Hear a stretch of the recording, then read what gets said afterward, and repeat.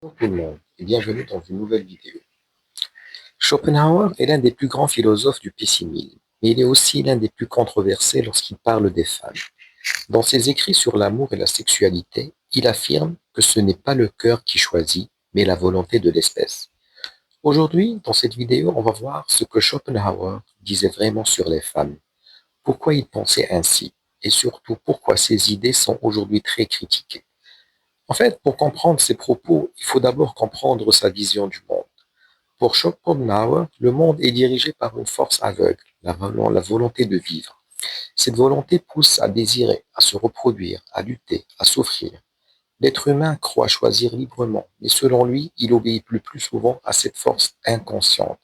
C'est cette idée qui va expliquer sa vision de l'amour et des relations entre hommes et femmes. Si tout est dirigé par la volonté, contrairement à l'amour romantique, Schopenhauer affirme: l'amour n'est pas un choix du cœur, c'est un calcul biologique inconscient. L'homme et la femme s'attirent non pour être heureux, mais pour donner naissance à l'enfant le plus adapté possible. L'individu croit aimer, mais en réalité, c'est l'espèce qui se sert de lui. Mais alors, que dit-il précisément des femmes? Sa vision de l'amour conduit directement à sa vision des femmes. Schopenhauer affirme de façon très polémique que les femmes chercheraient instinctivement des hommes forts, dominants, capables de protéger et de transmettre de bons gènes. Mais intellectuellement, elles souhaiteraient des hommes bons, stables et sécurisants. Pour lui, il existe donc un conflit entre l'instinct et la morale. Il ajoute aussi que les femmes seraient plus proches de la nature, plus guidées par l'instinct, moins portées vers l'abstraction philosophique.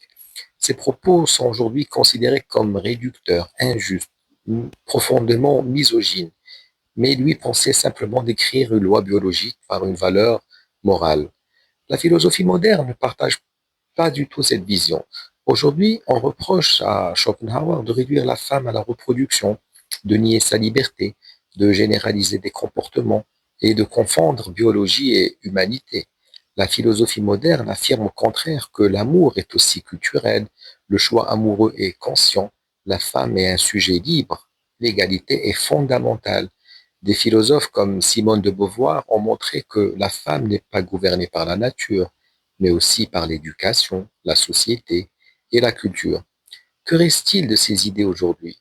Aujourd'hui, les femmes étudient, travaillent, décident, choisissent librement. L'amour n'est plus seulement une fonction biologique, il est aussi émotion, projet, liberté et une construction commune. Mais Schopenhauer nous rappelle quand même une chose importante. Nos désirs ne sont pas toujours rationnels. L'inconscient joue un rôle réel dans l'amour.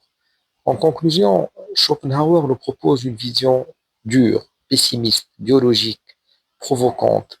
Mais cette vision pose une question d'actualité. Sommes-nous vraiment libres dans nos choix amoureux ou partiellement guidés par des forces qui nous dépassent? Ces propos sur les femmes doivent être expliqués, contextualisés, critiqués et non copiés. Abonne-toi à Minute Philosophie pour d'autres vidéos.